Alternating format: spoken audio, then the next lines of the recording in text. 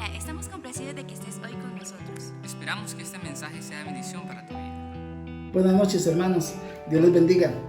Vamos a comenzar esta porción bíblica en la carta de Pablo a Timoteo, en la primera epístola, capítulo 4, del versículo 1 al 16. Vamos a orar primeramente. Padre, te damos gracias, Señor, por este maravilloso día que nos has dado, Señor. Queremos alabar y bendecirte y darte toda honra y toda gloria. Es para ti, Señor, porque tú has sido bueno, Señor, y solo tú mereces toda dignidad, Señor, todo honor, toda la gloria es para ti en el nombre de Cristo Jesús. Amén, amén. Antes de comenzar este capítulo 4, es necesario que nos remontemos unos pocos versículos anteriores para poder comprender el contexto al que se está refiriendo y que antecede a este capítulo 4. Vamos a devolvernos a los versículos 14, 15 y 16 del capítulo 3. Y esa porción se llama el misterio de la piedad. Dice: esto te escribo, aunque tengo la esperanza de ir pronto a verte, para que si tardo sepas cómo debes conducirte en la casa de Dios, que es la iglesia del Dios viviente, columna y baluarte de la verdad. E indiscutiblemente grande es el misterio de la piedad. Dios fue manifestado en carne, visto de los ángeles, predicado a los gentiles, creído en el mundo, recibido arriba en gloria. Verdaderamente Pablo, como un genuino maestro, como un genuino apóstol del Señor, está dando a entender la importancia que tiene la iglesia en el acontecer histórico y en el acontecer dentro de su papel en el reino de los cielos. Él está diciendo a Timoteo, primeramente, que él tiene la esperanza de irle a ver pronto. Recordemos que Pablo está enseñándolo, está instruyendo a Timoteo para desarrollar su ministerio en Éfeso, en donde se están dando tantas situaciones, tantos peligros de persecuciones, de persecución por parte de los judíos, como persecución también por parte de los grecorromanos y de todas las creencias que estaban acechando a la iglesia, tanto en Éfeso como en toda esa región de lo que es la Europa y la Asia concentrada ahí. Pablo, sin embargo, le está diciendo cómo debes de conducirte en la casa de Dios, que es la iglesia del Dios viviente, columna y baluarte de la verdad. Entonces, la iglesia es la depositaria en este momento, ¿verdad?, de toda la revelación del Señor Jesucristo. Esta verdad que la iglesia ha recibido debe de ser guardada, debe de ser defendida y debe de dársele a conocer a todos los hermanos y todo aquel que necesite conocer la verdad de la revelación del Señor. ¿Cuál es la verdad? De que Él fue manifestado en carne, fue justificado en el Espíritu. Nuestro Señor vino en carne, nuestro Señor estuvo aquí en la tierra, comprendió toda la situación, Él nos hizo, Él nos amó, Él se entregó por nosotros, Él fue predicado a los gentiles, que esto definitivamente concierne con la tarea de la iglesia de ese primer siglo, como la tarea de la iglesia actualmente. Fue creído en el mundo y recibido arriba en gloria. Amén de las diferentes interpretaciones que se pueda dar acerca de este himno antiguo, de este cántico, ¿verdad? Es un credo sumamente importante y que los antiguos recitaban, ¿verdad?, aplicando la fe en ello. Entonces tenemos que entender que la iglesia de ese tiempo, como la de ahora, tiene una verdad central, y esta está en la persona de Jesucristo. ¿Ok? ¿Y qué también está diciendo? ¿Qué le está diciendo Pablo acá? Que la iglesia, esta verdad, debe de conocerla y poder identificar qué es el error de qué es la verdad. Así como debemos de discernir qué es el trigo de la cizaña, debemos de aprender a reconocer cuando una falsa enseñanza se quiere introducir a la iglesia o se produce también dentro de aquellos que nosotros podríamos decirle hermanos, pero de un momento a otro caen en un error que puede conducirnos inclusive a una apostasía verdadera. De ahí comienza el capítulo 4 y dice acá, predicción de la apostasía. Pero el Espíritu dice claramente que en los postreros tiempos algunos apostatarán de la fe, escuchando espíritus engañadores y a doctrinas de demonios. Entonces, aquí Pablo nos está diciendo y está señalando de que esta es una revelación del Señor. Esta no es una ocurrencia del apóstol en su celo por dejarle algo a Timoteo, o dejarle algo a la iglesia en Éfeso, o a dejarle algo a la iglesia en nuestros días. Él está diciendo que es una revelación del Espíritu Santo, el cual ellos debían de tomar en consideración, como nosotros también debemos de tomar en consideración ahora. Está hablando acá de que en los postreros tiempos, estas palabras son claves, postreros tiempos. Hay muchos tipos de interpretación y todas muy respetadas. Sin embargo, nosotros debemos de creer de que para ellos los postreros tiempos tenía que ver desde que llegó el Espíritu Santo, desde que se empezó la iglesia del Señor Jesucristo.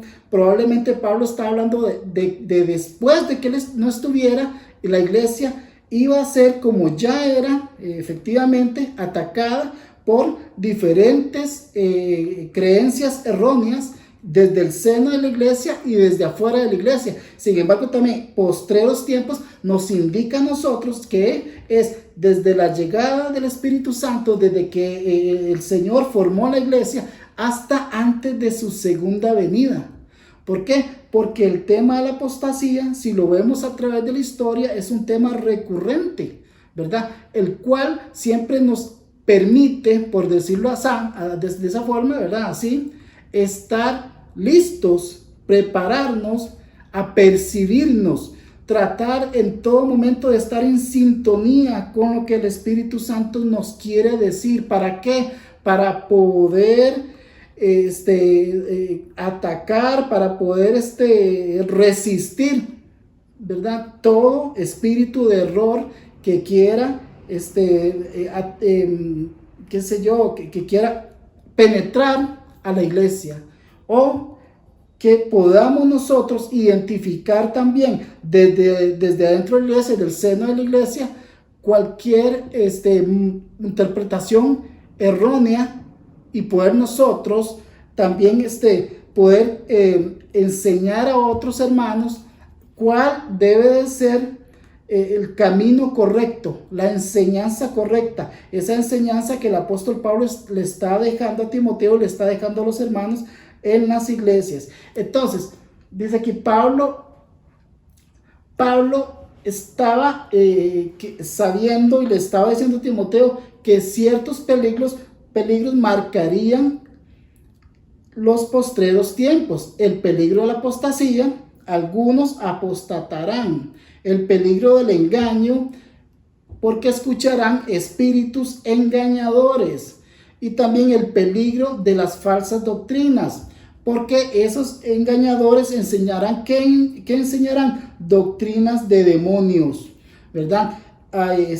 Si nosotros pudiésemos también leer en la traducción del lenguaje actual de la Biblia, dice: el Espíritu Santo ha dicho claramente que en los últimos tiempos algunas personas dejarán de confiar en Dios, serán engañados por espíritus mentirosos y obedecerán enseñanzas de demonios.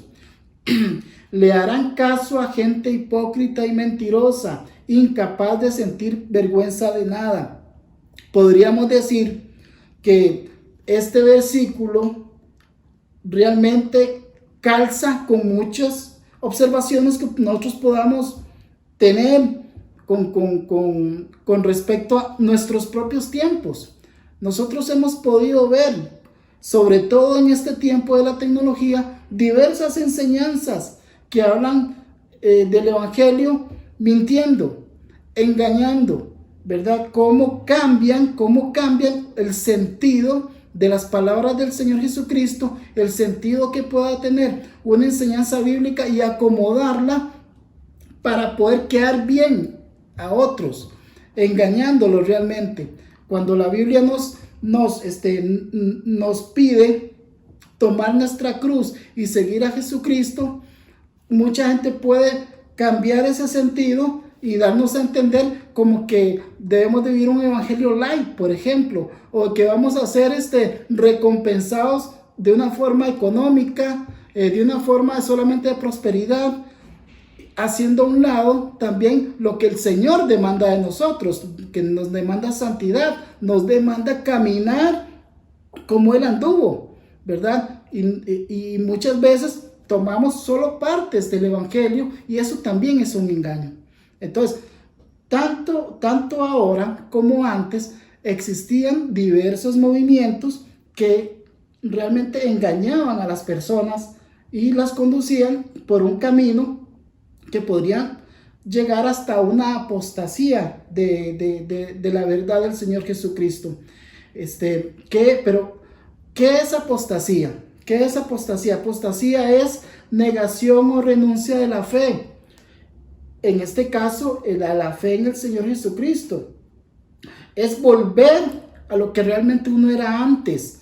El apóstol Juan nos dice en 1 Juan 2:19, salieron de nosotros, pero no eran de nosotros, porque si hubieran sido de nosotros, habrían permanecido con nosotros, pero salieron para que se manifestase que no todos eran de nosotros.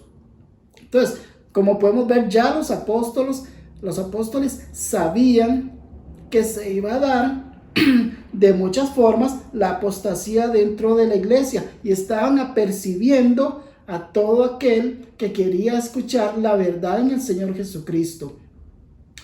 Hay diversas formas de apostasía, ¿verdad? Ahí está el alejarse de las doctrinas claves y verdaderas de la Biblia y caer en las enseñanzas heréticas que proclaman ser la doctrina cristiana real, entre comillas. O sea, hacen una mezcla entre cristianismo y otro tipo de filosofías, ¿verdad?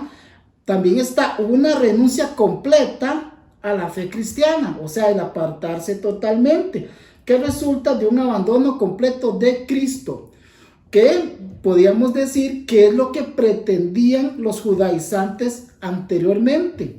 Y hay muchos otros movimientos actuales que también de una manera muy sagaz buscan ese fin. Esta apostasía se manifiesta desde la historia misma de la iglesia y, como lo habíamos dicho, hasta antes de la segunda venida de nuestro Señor Jesucristo. Hay apostasía, sí, y ha habido a lo largo de la historia. Recordemos también de que el Señor nos está hablando de una apostasía que se va a manifestar antes de su segunda venida, ¿verdad?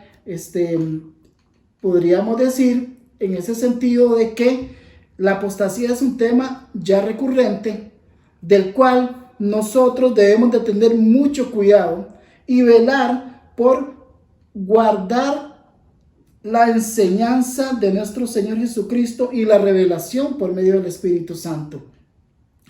En este caso, la naturaleza de la apostasía sigue, como dice en el versículo 2, dice: por la hipocresía de mentirosos que, teniendo cauterizada la conciencia, prohibirán casarse y mandarán abstenerse de alimentos que Dios creó, para que con acción de gracias participen de ellos los creyentes y los que han conocido la verdad. Por la hipocresía de mentirosos.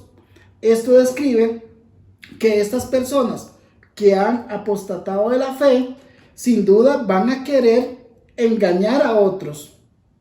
Probablemente de una manera hipócrita se presentan ante los creyentes, siendo que en su corazón lo que ellos buscan es apartarlos de la fe en Jesucristo.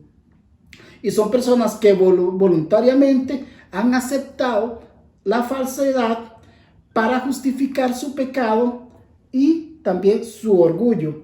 Pero también se refiere a aquellos que afirman estar enseñando la Biblia sobre aspectos de la Biblia, mientras que solo la usan como un apoyo para sus propias ideas, ¿verdad? Como les estábamos diciendo anteriormente, hay muchas filosofías que podrían disfrazarse de cristianismo, pero al final viene siendo un apoyo para ideas muy humanistas. Y al final viene siendo el hombre el que resalta por sobre la persona del Señor Jesucristo, teniendo cauterizada la conciencia, la cual alguna vez los condenó por haberse alejado de la verdad. Ahora esta conciencia no les responde del todo, ¿verdad? Es como si las terminaciones nerviosas de las conciencias hubieran sido quemadas y ya no pudieran sentir nada. Pablo mismo, una vez, él podía testificar cómo él tenía la conciencia cauterizada en otro tiempo, cuando él justificaba las persecuciones de los hermanos en Cristo Jesús como algo bueno. Él dice que él tenía la conciencia cauterizada, pero el Señor lo rescató de ahí, Dios le liberó de ahí, ¿verdad? Y le dio una verdadera conciencia en Cristo Jesús. Él sentía que estaba totalmente justificando en su persecución contra los cristianos y su odio hacia Jesús. Él podía sentirse justificado porque su conciencia estaba cauterizada y necesitaba una llamada de atención que el Señor le brindó en el camino de Emaús. También dice que prohibirán casarse y mandarán abstenerse de alimentos que Dios creó para que con acción de gracias participen de ellos los creyentes y los que han conocido la verdad. Hubo ciertos movimientos en la antigüedad, ¿verdad? En el tiempo de Jesucristo, aún antes, posterior inclusive el tiempo de los apóstoles, que se fueron levantando, como por ejemplo el gnosticismo, ¿verdad? Una de las características del gnosticismo era esa lucha o al rechazo de las cosas materiales. El gnosticismo, recordemos en las cartas también a los filipenses y en otras en que Pablo y los apóstoles se ocuparon, se fue mezclando tanto con diversas formas del judaísmo, como por decir así los esenios, y también diversas formas también de pensamientos filosóficos que ya abundaban en ese tiempo. Estos pensamientos se penetraban en la iglesia y de ahí surgían diferentes pensamientos, por decirlo así, diferentes corrientes que desviaban lo que el Señor estaba enseñando. Entonces Pablo está advirtiendo, esto va a venir. ¿Por qué? Porque él ya lo ha visto antes, ese peligro. Y también porque el Señor se lo está diciendo. Esto va a venir. Podríamos inclusive decir que muchos de esos pensamientos, mezclas gnósticas y mezclas judaicas, se penetraron en la iglesia. Inclusive podríamos decirle que se fueron abrazando fuertemente. Recordemos cómo la iglesia primitiva por el año 200, 300 se fue realmente separando, y comenzó también otros tipos de corrientes y iglesias que nosotros podríamos decir que conocemos en la actualidad y que tienen ciertas prácticas parecidas, ¿verdad? El prohibir casarse como si fuese una manifestación de santidad, ¿verdad? y lo que esto realmente perseguía más bien era alejar de lo que el Señor Jesucristo estaba enseñando. Podríamos decir también que la abstenencia de alimentos está más apegado a ciertas creencias esenias y judías, ¿verdad? Malinterpretadas en la iglesia, ¿verdad? Como una corriente que en algunos lados todavía se practican. Todavía hay algunos tipos de cristiandad que practica el guardarse de ciertos alimentos como una prueba de espiritualidad, santidad o alejarse de algo que contamina el cuerpo. Sin embargo, el Señor no nos manda esto. El Señor nos manda entonces a que podamos dar gracias a Dios y participar de los alimentos que el Señor nos ha dado. Muy bien, debemos de cuidarnos, perfectamente comprensible, sí debemos de cuidarnos, pero esto no tiene nada que ver con una perspectiva de una mayor santidad delante del Señor, o que eso va a traer una mayor bendición, o que nos va a dar algún mérito delante del Señor. No tiene nada que ver. Pablo más bien les está advirtiendo, tengan cuidado de los que enseñan de esa forma. Entonces, Pablo continúa diciéndoles que porque todo lo que Dios creó es bueno y nada es de desecharse si se toma con acción de gracias, porque por la palabra de Dios y por la oración es santificado. Cuando nosotros le damos gracias a Dios por lo que podemos recibir, sus alimentos y todo aquello con lo que el Señor nos bendice, es santificado, no por lo que nosotros podemos decir, sino por el Espíritu Santo, sino porque el Señor nos manda a hacer eso y nos pide que hagamos eso, teniendo y depositando todo lo que hacemos y lo que tomamos en sus manos. Entonces, Pablo le está advirtiendo nuevamente a Timoteo, ten cuidado con todo esto que enseñan otros. ¿Por qué? Porque la intención en el fondo es desviarlos de la verdad en Señor Jesucristo.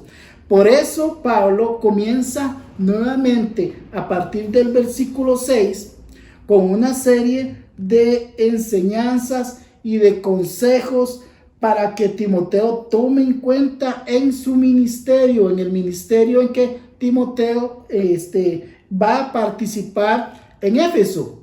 El apóstol Pablo escribe esta primera epístola para enseñarle, como le estaba diciendo, a servir y de cómo enseñar a otros en la iglesia de Éfeso. Una frase clave aparece en 1 Timoteo 4:6, serás buen ministro de Jesucristo.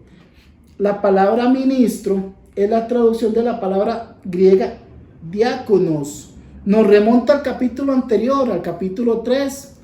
Requisitos de un obispo, requisitos de un diácono para servir en una iglesia que es estandarte, que es columna, ¿verdad? Y que debe de preservar la verdad en el Señor Jesucristo, de la cual proviene la palabra en castellano diácono, significa un siervo, ¿verdad? Y describe a quienes tienen el rol de diácono en la iglesia, de servidor. En este pasaje, la palabra no es usada para hablar de un oficio, sino que implica a cualquiera que sirva en el ministerio, debe considerarse como siervo del Señor Jesucristo.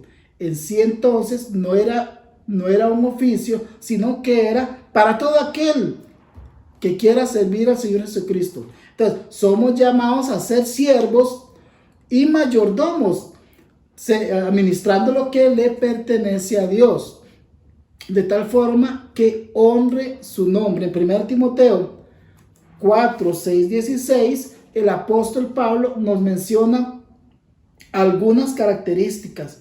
De hecho, hay 11 características de un ministro de Cristo excelente, y vamos a tratar de abordarlas de una manera breve. Primero, un buen ministro del Señor advierte a las personas con respecto al error. Ya lo estuvimos hablando.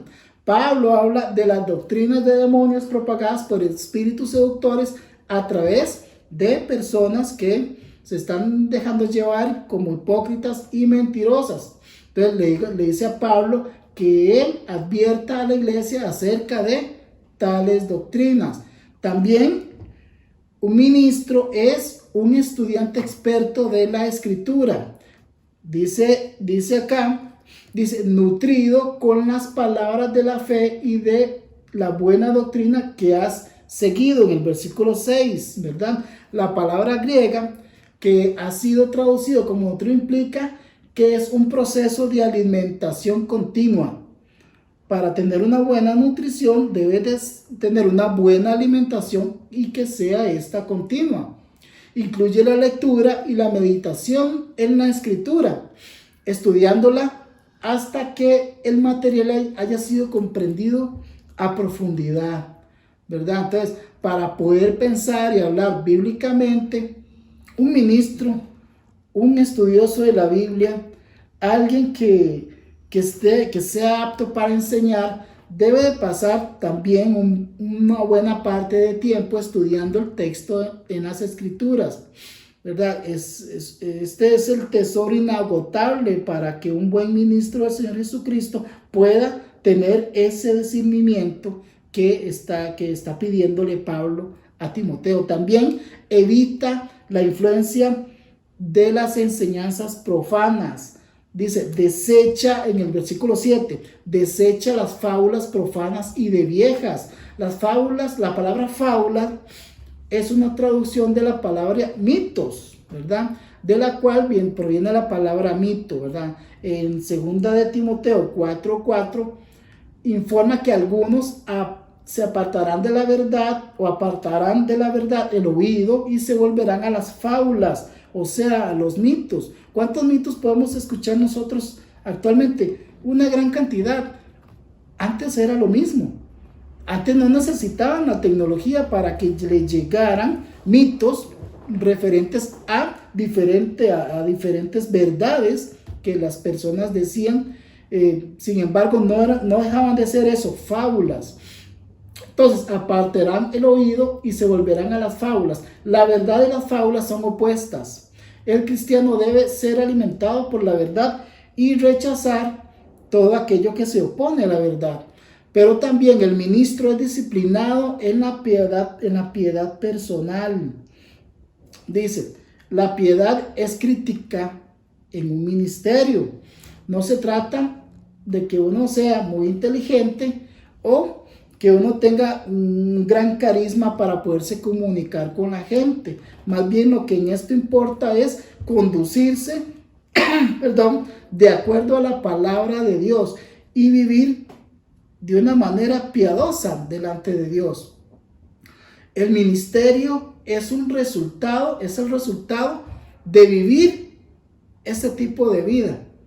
En 1 Timoteo 4:7 dice, ejercítate para la piedad, porque el ejercicio corporal para poco es provechoso, pero la piedad para todo aprovecha, pues tiene promesa de esta vida presente y de la vida y de la venidera. Entonces, el ejercitarse físicamente, aunque no deja de ser malo, es bueno, decirlo así, ¿verdad? Cuidarse físicamente no es trascendental para nuestra vida eterna. No es algo que trascienda en un ministerio del Señor Jesucristo.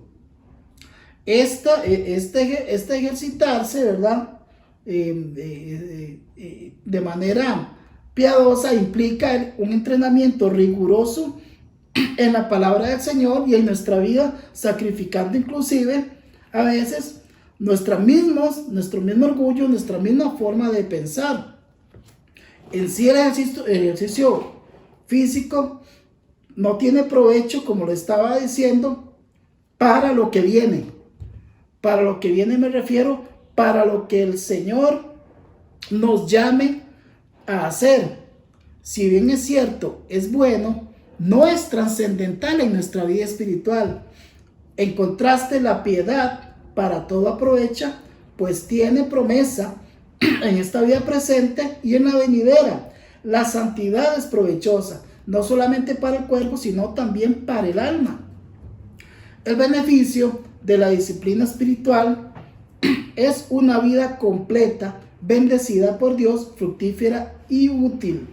Entonces, resumiendo, si bien es cierto, el ejercicio físico es bueno para nuestra salud, en sí hay algo más importante que este ejercicio, y es el ejercitarse en la piedad, es el caminar diariamente con el Señor Jesucristo. Un buen ministro se compromete también a trabajar duro. Luego de llamarnos a la piedad, Pablo nos dice que el ministerio es una búsqueda de lo celestial, pero también es una tarea terrenal. Es un trabajo duro, por esto mismo trabajamos y sufrimos oprobio. O sea, es estar sujeto a sufrir también por el ministerio del Señor Jesucristo. También el buen ministro, el ministro del Señor Jesucristo, enseña con autoridad. Pablo le dijo a Timoteo, esto manda y enseña. En el versículo 11, la palabra griega traducida acá se refiere a comunicar la información, en este caso la doctrina, y que esta información debe ser transferida en forma de mandato.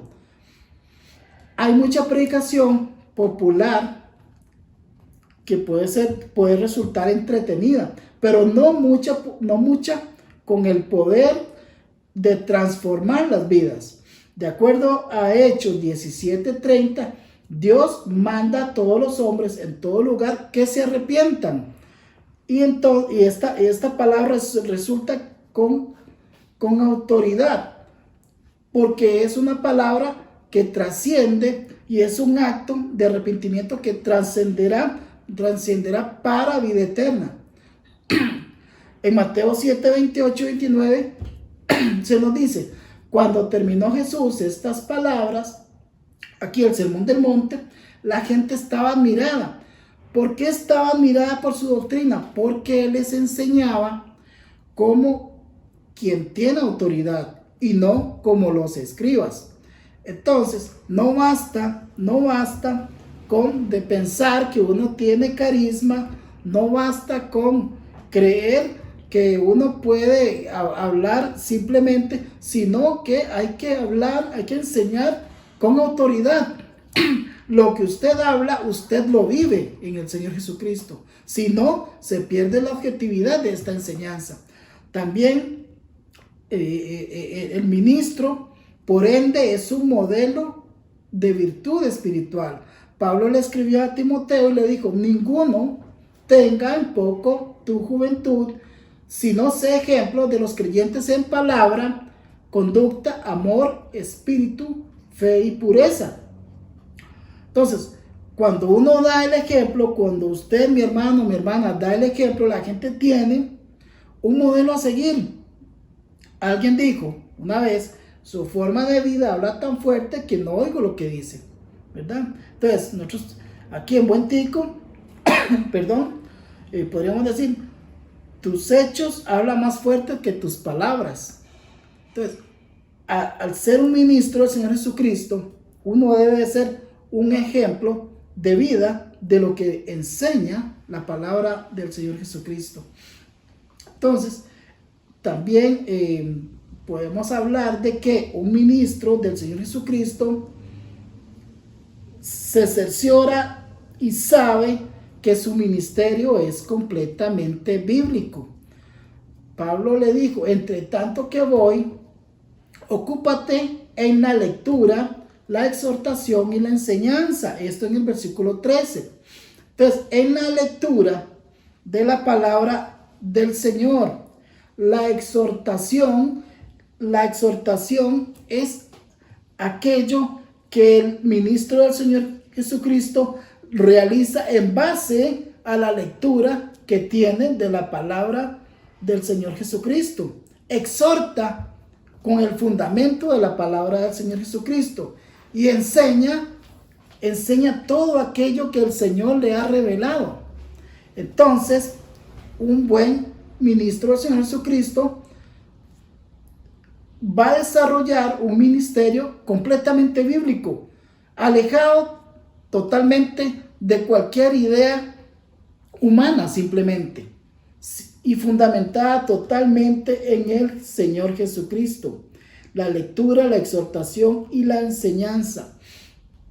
También un buen ministro del Señor Jesucristo se va a ocupar de su llamamiento. En el versículo 14 dice: no descuides el don que hay en ti, que te fue dado mediante profecía con la imposición de las manos del presbiterio. Entonces, Pablo, cuando le dice esto, no descuides este don, significa que continúe perseverando en el don que el Señor le ha dado. No hacerlo a un lado, no abandonarlo. Vendrán momentos críticos, vendrán momentos que verdaderamente puede ser que piense, que dude si realmente fue un llamado del Señor o no. Pero en medio de esa situación, no abandonarlo, porque el Señor Jesucristo le va a dar la fortaleza para continuar, ¿verdad?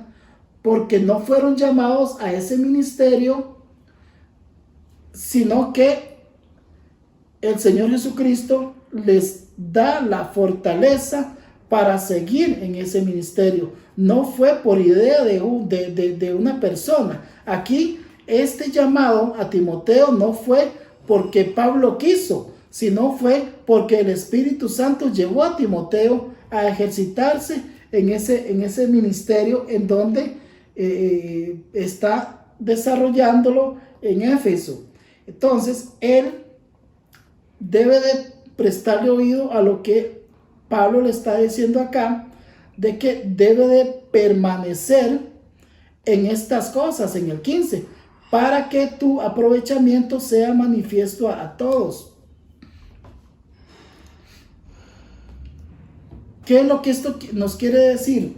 Que él debe de estar ocupado en la obra, no debe de distraerse, ni hacerse ni a un lado ni a otro lado, sino que permanecer ocupado en la obra que el Señor Jesucristo lo está llamando. Y también otra característica es que este llamado va a hacer que el hermano o la hermana progrese en su crecimiento espiritual, para que sea de aprovechamiento para los demás y que también puedan ser otros también bendecidos por este crecer espiritual del ministro. Cierra también este capítulo en el versículo 16, donde dice: ten cuidado de ti mismo y de la doctrina, persiste en ello, pues haciendo esto te salvarás a ti mismo y a los que te oyeren. Timoteo debía concentrarse entonces en dos cosas: en su conducta y en su enseñanza. Estas dos cosas son la esencia del ministerio. Sin lugar a dudas, aquí Pablo le está dando a Timoteo en este capítulo una lección que es realmente para toda la iglesia, ¿verdad? Necesitamos nosotros de conocer y de poder nosotros fortalecernos en la palabra del Señor para poder apercibirnos de qué, de todo engaño del enemigo, ¿verdad? De toda fábula, de toda enseñanza que es errónea, de todo ataque de Satanás que vienen desde fuera, como también se puede percibir desde adentro del cristianismo, ¿verdad? Pero también debemos nosotros como siervos del Señor Jesucristo mantenernos en ese crecimiento constante. ¿Para qué? Para que todo aquello que hagamos nosotros sea para la gloria del Señor Jesucristo y resulte en beneficio y en crecimiento para todo aquel que quiera conocer y todo aquel que llega a los pies de nuestro Señor Jesucristo. Entonces, cerrando, quiero que oremos, ¿verdad? Agradeciéndole al Señor por su palabra y pidiéndole al Señor discernimiento y crecimiento espiritual entre nosotros. Padre, te agradecemos por este día que nos has dado. Gracias, Señor, por tu palabra. Gracias, Señor, porque tú eres bueno, Señor. Gracias, Padre, porque tu misericordia se ha manifestado a través de los siglos, mi Señor. Guardando, Señor, toda esa palabra preciosa.